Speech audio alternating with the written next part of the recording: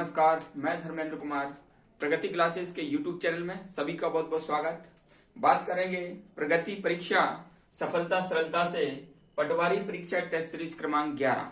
ठीक है, साइंस से इसमें प्रश्न लिए गए हैं। सारे प्रश्न एग्जाम की दृष्टि से महत्वपूर्ण हैं। देख लेते हैं। यूनिट के साथ में सबसे पहला प्रश्न है, आलू किस कुल का है। ठीक है, तो मैं आपको बता दूं कि जो आलू है ये है सोलेनेसी कुल का है। ठीक है, आलू का जो कुल है वो सोलेनेसी कुल है और इसी में आता है बैगन, टमाटर, मिर्च, धतूरा। ठीक है, ये जो सभी हैं ये सोलेनेसी कुल से संबंधित हैं। ठीक है, और इसके आगे बता देता हूं, जो आलू है, आलू एक तना है, आलू एक तना है और ये कंद प्रकार का तना है। किस प्रकार का है? कंद। ठीक है, तना तो और भी है, जैसे कि मान लीजिए अदरक है, अदरक तो अदरक प्रकंद में आता है। जो प्याज है ये सल्क कंद में आएगा।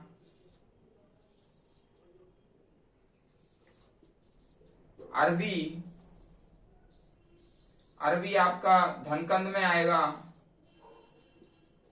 ठीक है, तो ये जो तनों के जो प्रकार हैं, मैंने अभी आपको बताया तनों के प्रकार। तो तनों के प्रकार में जो तना है जो आलू, ठीक है, तना कौन सा? आलू। तो आलू कंद प्रकार का क्या है? तना है। अदरक प्रकंद प्रकार का है। प्याज सल्क कंद प्रकार का है। ठीक है, और लहसुन भी इसी कैटेगरी का है। लहसुन भी सल्क कंद में आ जाएगा और अरबी धनकंद में आएगा। ठीक है, तो जो आलू है, आलू की जो उत्पत्ति है, ठीक है, वो दक्षिण अमेरिका के पेरू, ठीक है, पेरू देश से इसकी उत्पत्ति है। ठीक है ना, और ये दक्षिण अमेरिका में ये देश आता है। ठीक है, तो आलू की उत्पत्ति पेरू देश से मानी जाती है। ठीक है, तो प्रश्न एक कंप्लीट हुआ। दूसरा प्रश्न देख लेते हैं। दूसरा प्रश्न है, सूक्ष्मतम जीवित कोशिका का नाम क्या है? ठीक है, तो माइकोप्लाज्मा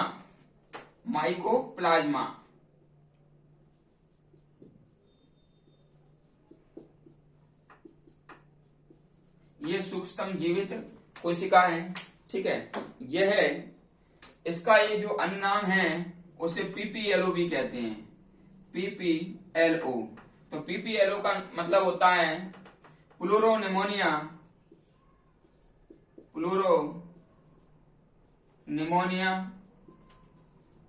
लाइक ऑर्गेनिज्म।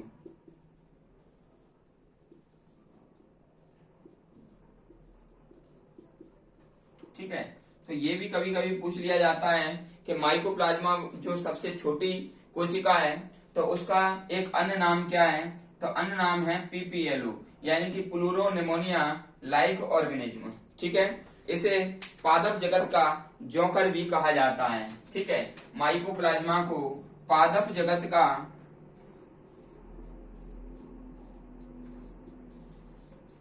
जोकर भी कहते हैं।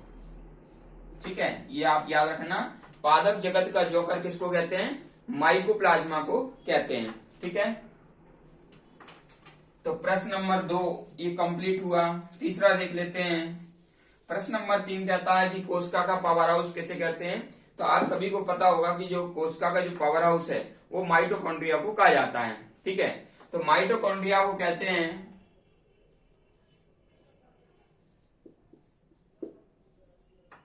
माइटोकॉन्ड्रिया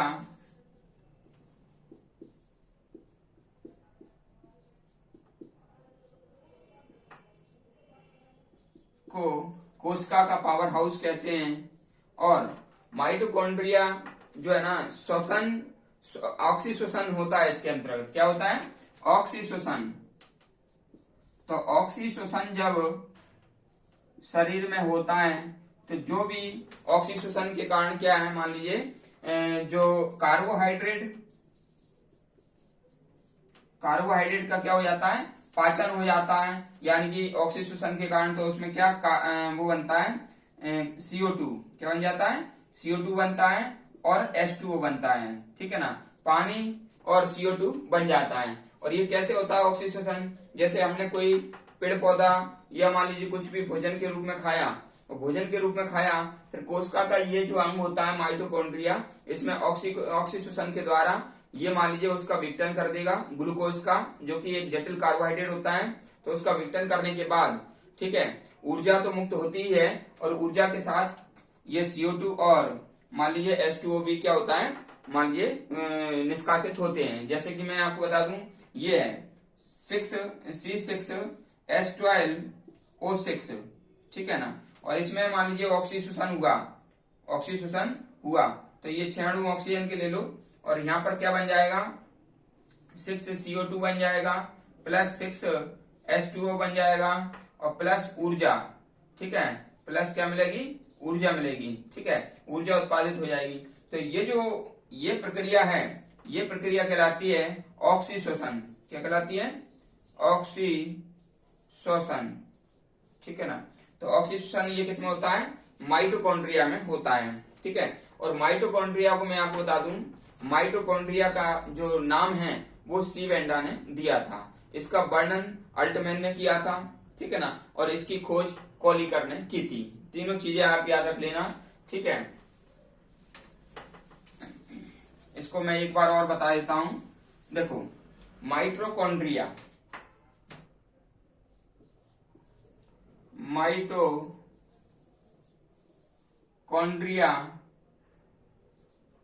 ठीक है।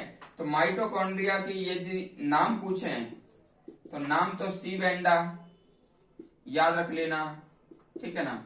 वर्णन इसका पूछे तो वर्णन अल्टमैन याद कर लेना, और यदि इसकी खोज पूछे तो खोज याद कर लेना कॉलिकर, ठीक है। और माइटोकॉन्ड्रिया को क्या कहते हैं, कोशिका का ऊर्जा ग्रह या पावर हाउस कहा जाता है। इसको याद कैसे रखोगे, का के बाद क्या आता है, खा आता है, का के बाद क्या आता है, खा। तो का के बाद खा आएगा तो खोज किसने की, कॉलिकर ने। वर्णन यानी कि वी, और वी के पहले क्या आता, ए, तो वर्णन अल्टमैन ने किया था, और नाम बेंडा। इस प्रकार से ये याद हो जाएगा, ठीक है। अगला प्रश्न देख लेते हैं, प्रश्न क्रमांक 3। प्रश्न क्रमांक 3 तो हो गया, प्रश्न क्रमांक 4। तो प्रश्न क्रमांक 4 ये है, कहता है कि कोशिकाओं में तात्कालिक ऊर्जा कौन देता है, ठीक है। यानी कि कोशिकाओं में तात्कालिक ऊर्जा यानी कि तुरंत ऊर्जा कौन देगा, तो वो देगा कार्बोहाइड्रेट या ग्लूकोज, ठीक है। तो ग्लूकोज तात्कालिक ऊर्जा देता है, याद कर लेना। और सबसे ज्यादा ऊर्जा कौन देता है, तो वह देता है वसा, ठीक है। ये तो ग्लूकोज यानी कि कार्बोहाइड्रेट है, ठीक है। तो कार्बोहाइड्रेट क्या होगा, तात्कालिक ऊर्जा देगा, यानी कि सबसे जल्दी ऊर्जा देगा, तुरंत ऊर्जा कौन देता है, कार्बोहाइड्रेट। लेकिन जो वसा है ना, वसा सर्वाधिक ऊर्जा देता है, वसा सर्वाधिक ऊर्जा देता है, ठीक है। ये याद रख लेना है, भले ये टाइम से देगा ऊर्जा, लेकिन ये सबसे ज्यादा ऊर्जा देता है, ठीक है। अगला प्रश्न देख लेते हैं। तो अगला प्रश्न है हमारा,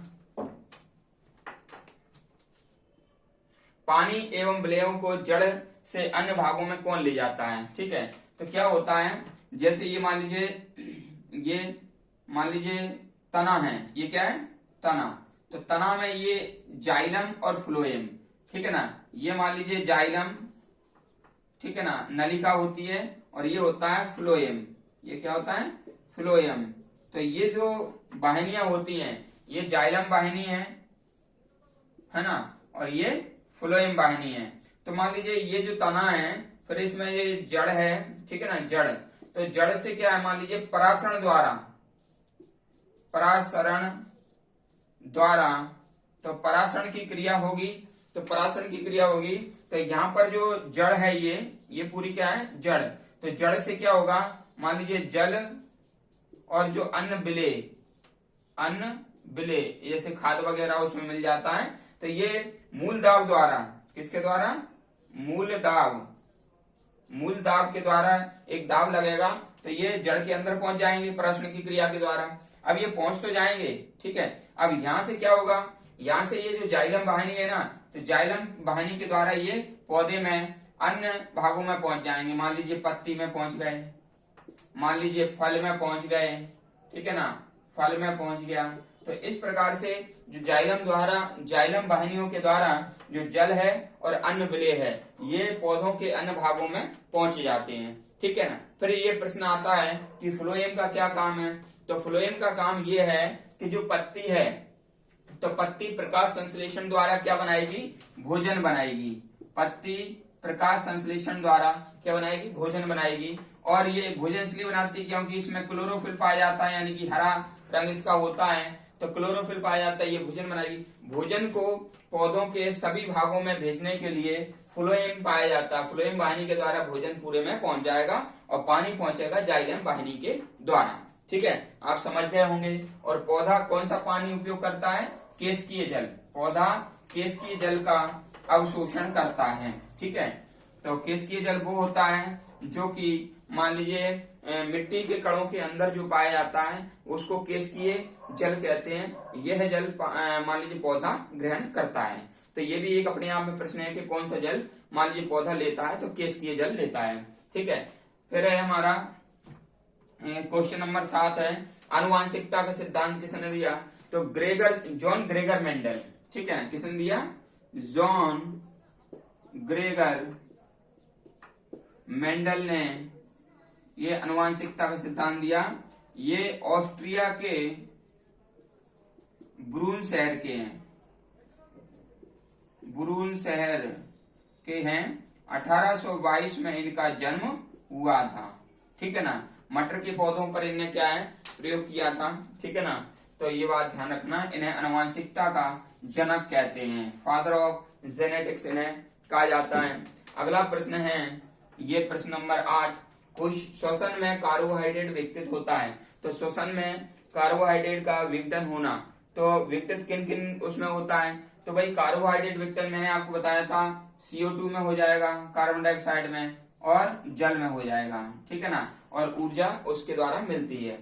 तो इन दोनों में CO2 और H2O में श्वसन द्वारा कार्बोहाइड्रेट का क्या हो जाता है? विघटन हो जाता है। और कार्बोहाइड्रेट किसको कहते हैं? पौधे के द्वारा जो भी बनाया जाता है वो सब क्या होता है? जटिल कार्बोहाइड्रेट होता है। जैसे कि फल खाएंगे, पत्ती खाएंगे, तना खाएंगे, जड़ खाएंगे, सब क्या है? कार्बोहाइड्रेट है। और जब भी हम इस चीज को खाते हैं, जैसे पालक की पत्ती खाई, ठीक है ना, या बंद गोभी खाया, आलू खाया, तो ये सब क्या है? कार्बोहाइड्रेट है, पौधों के द्वारा प्रकाश संश्लेषण के द्वारा बनता है, ठीक है। और ये जब इसका हमारे शरीर में कोशिका में जो माइटोकॉन्ड्रिया पाया जाता है, तो माइटोकॉन्ड्रिया के द्वारा जब ऑक्सीजन होगा, क्योंकि ऑक्सीजन भी लेते हैं हम लोग पेड़ पौधों से, तो ऑक्सीजन होगा, तो इसमें ये बनेगा, CO2 बन जाएगा, H2 बन जाएगा, और प्लस क्या है? बहुत सारी ऊर्जा हमको मिल जाएगी, ठीक है ना, बहुत सारी ऊर्जा भी मिलती है। और यदि माइटोकॉन्ड्रिया ने ऑक्सीजन नहीं किया, तो भाई पूरा भोजन रखा रह जाएगा, हमको ऊर्जा नहीं मिलना है, क्योंकि उसका विघटन ही नहीं हो पाएगा, ठीक है ना। तो ये बात रहती है भाई। प्रश्न नंबर आ जाता है, पौधे में परागकण किसके द्वारा होता है? तो परागकण क्या होता है? परागों का एक भाग से दूसरे भाग में मतलब पौधों का एक फूल से दूसरे फूल में जाना परागण होता है। और ये जो परागण होता है, तो ये परागण होता है जल के द्वारा, वायु के द्वारा और कीट के द्वारा, ठीक है ना, कीट के द्वारा। इन तीन के द्वारा परागण, यानी कि एक फूल से पराग के कण दूसरे फूल में पहुंच जाते हैं, ठीक है। ये आप याद रख लेना। प्रश्न है आखिरी, तो आखिरी प्रश्न ये है नंबर 10, यानी कि क्लोनिंग किसे कहते हैं? क्लोनिंग किससे संबंधित है? तो क्लोनिंग किससे संबंधित है? मैं आपको कह देता हूं, जनन विज्ञान। क्या? जनन विज्ञान से क्लोनिंग संबंधित है। जनन विज्ञान से क्लोनिंग संबंधित है। जैसे कि मान लीजिए जो भेड़ है, भेड़ की सबसे पहले क्लोनिंग बनाई गई थी, तो भेड़ की क्लोनिंग थी डॉली। भेड़ की क्लोनिंग कौन सी थी? डॉली, ये भेड़ की क्लोनिंग थी। और भैंस की क्लोनिंग थी गरिमा, भैंस की क्लोनिंग थी गरिमा, ठीक है ना। और एक ऊंट का इंजॉर्ज। ऊंट की जो क्लोनिंग है वो है इंजॉर्ज। हालांकि जो क्या मान लीजिए ये क्लोन वाले जो जीव होते हैं ना वो ज्यादा जीवित नहीं रहते, ठीक है ना। बाकी इनमें से प्रश्न आ जाता है कि भेड़ का क्लोन का नाम क्या है, तो डॉली है। भैंस का क्लोन का नाम क्या है, तो गरिमा है। और ऊंट का क्लोन का क्या नाम है, इंजॉर्ज। ठीक है, तो आप याद रख लेना। टेस्ट सीरीज आपको कैसी लगी, नियमित टेस्ट सीरीज आ रही है, आप कमेंट्स करके रिस्पॉन्स दें। ठीक है, तो आज का एक सवाल मैं आपसे पूछना चाहता हूं। तो आज का जो सवाल है, केंद्रक की खोज किसने की? केंद्रक की खोज किसने की, ठीक है, और कब की, ये आप मुझे बताएं। ठीक है, आज का प्रश्न है ये, केंद्रक की खोज किसने की और कब की। ठीक है, वीडियो को अधिक से अधिक शेयर करें, लाइक करें, कमेंट्स करें। जो व्यक्ति नए हैं वो चैनल को सब्सक्राइब करें। सभी का बहुत बहुत धन्यवाद।